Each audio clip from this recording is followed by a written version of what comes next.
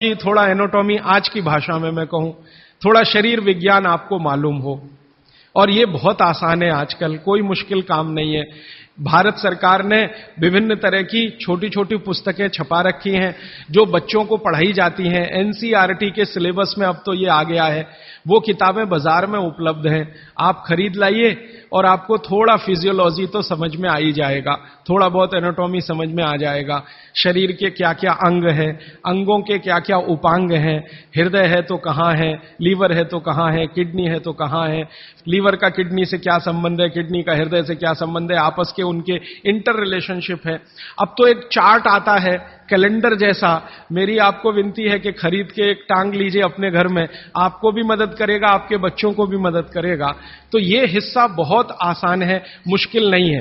बस इसमें जो मुश्किल हिस्सा है वो ये कि शरीर के अंगों के और उपांगों के जो नाम हैं वो जो भाषा में दिए गए हैं वो आपको थोड़ा कम समझती है, तो आप आयुर्वेद वाला ले लीजिए, वो आसानी से समझ में आएगा, उनके आपस के संबंध वगैरह वगैरह। मैं इस विषय पर ज्यादा नहीं जाना चाहता क्योंकि ये उपलब्ध है आपके सामने, और इसमें ज्यादा बात करूंगा तो समय खर्च होगा।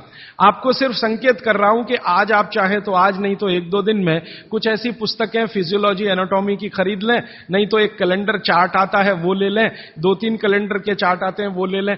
अभी सरकार ने एक 12 कैलेंडर का चार्ट निकाला है, बहुत ही सरल भाषा में है, बहुत आसान है, उसको घर में टांग कर पलटते रहें, देखते रहें। ज्यादा से ज्यादा 8-10 दिन आप देखेंगे, आपको समझ में आ जाएगा लीवर क्या है, हृदय क्या है, किडनी क्या है, आपस के इनके फंक्शंस क्या है। ये बात भागवत जी कहते हैं कि थोड़ा शरीर को जान लो और भोजन को पहचान लो। अब उसमें आगे उन्होंने एक सूत्र लिखा है संस्कृत में कि शरीर को जानना अगर है तो ठीक है, इसको जरा और समझिएगा, शरीर को जानना है तो ठीक है, लेकिन भोजन को पहचानना सबसे ज्यादा जरूरी। माने उनका कहना यह है कि शरीर को जान लें तो ठीक है, नहीं जाने तो भी भोजन को तो पहचान लें। और भागवत जी ने पूरी विनम्रता से, पूरी गंभीरता से एक बात लिखी है कि जिसने भोजन को पहचान लिया उसको जिंदगी में कभी भी किसी चिकित्सक की जरूरत तो नहीं पड़ेगी। अब भोजन को पहचान लिया माने रसोई घर को पहचान लिया, सीधी सी बात है। और भागवत जी कहते हैं कि जीवन की सबसे बड़ी खोज अगर कोई है तो वो रसोई घर है। और वो कहते हैं कि सबसे बड़ा विज्ञान अगर कोई है तो ये रसोई घर का विज्ञान है, जिसको भोजन विज्ञान कहें या पाक शास्त्र कला कहें, जो भी बात आप कहना चाहें। वो ये कहते हैं कि इससे बड़ी खोज पूरी दुनिया में हुई नहीं और अगले हजारों साल होगी नहीं। इतनी गहरी बात वो कहकर चले गए यहां से। वो कहते हैं कि पिछले हजारों साल में हुई नहीं भोजन से ज्यादा रिसर्च, और अगले हजारों साल में होगी नहीं। और मैं अपने अनुभव से और आप खुद अपने अनुभव से ये बात कह सकते हैं कि दुनिया में भोजन और रसोई पर सबसे ज्यादा रिसर्च अगर कहीं हुई तो भारत में हुई, और अगले हजारों साल भी होगी तो भारत में ही होगी। क्यों? दूसरे देशों में भोजन ही नहीं है, रिसर्च क्या करेंगे? हो भोजन तब तो रिसर्च करें। आप में से बहुत सारे लोग यूरोप गए होंगे, अमेरिका गए होंगे, आप देखिए भोजन क्या है उनके पास, ले दे के एक पाव रोटी और डबल रोटी। अब वो आलू से खा लो या प्याज से खा लो, प्याज से खा लो कि आलू से खा लो, उसको बीच में काट के प्याज भर लो या प्याज बगल में रख के खा लो, उसको पिज्जा कह दो, बर्गर कह दो, हॉट डॉग कह दो, कोल्ड डॉग कह दो, वो प्रिपरेशन तो एक ही है ना।